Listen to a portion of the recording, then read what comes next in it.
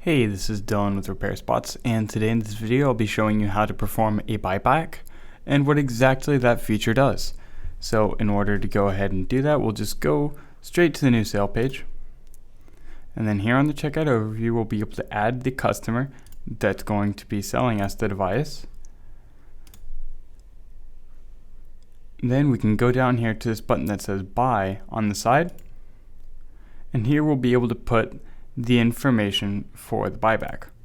So here we can go iPad, set the sale price that we will sell it for at the store, and set the cost for how much it's going to cost us to purchase the device. We'll put in an SKU.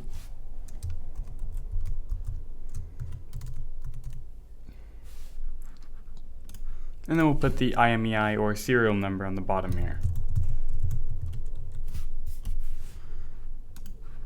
We can then select the customer to link the device to a customer.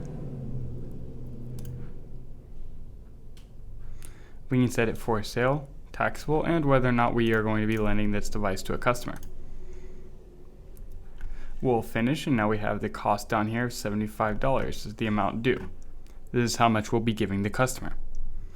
Now, in the case that the customer wanted to buy something along with this, we can go ahead and add any items right here, and it will reflect on the amount due and the cost. So we'll go ahead and add these items.